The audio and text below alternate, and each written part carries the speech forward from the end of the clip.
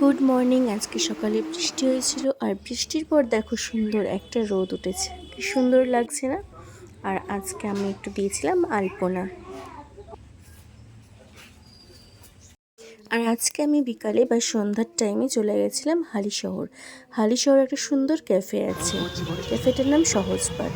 কিন্তু সেখানে যাওয়ার আগে আমরা জানতে পারলাম ওখানে একটা ভালো জায়গা আছে যেটা কেক পার্ক।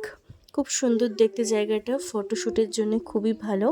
গঙ্গার পাড়ে খুব ভালো লাগছিল, কিন্তু আমাদের কাছে বেশি টাইম না থাকায় আমরা বেশিক্ষণ ওখানে থাকতে পারিনি। দেন আমরা চলে আসি সহজপাঠে।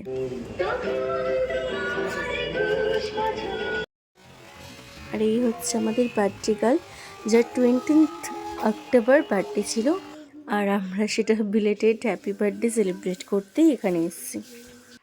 সুদূর কলকাতা থেকে হালিশহরে সহজপাঠ ক্যাফে আসার এটাই একমাত্র কারণ সে সত্যিই আমাদের কাছে খুব special.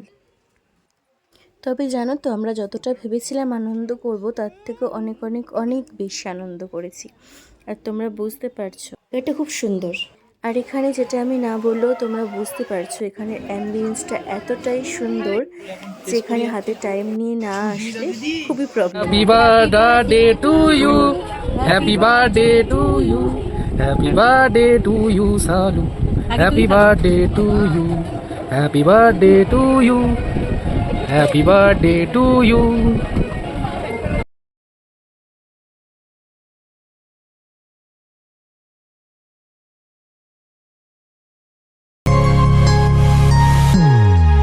Happy birthday to you. Happy birthday to you. Happy birthday, happy birthday, happy birthday to you. তারপর ওখান থেকে আমরা ডিনার কমপ্লিট করে আমরা আমাদের বাড়ির দিকে ফিরেছিলাম। আজকের মতো টাটা।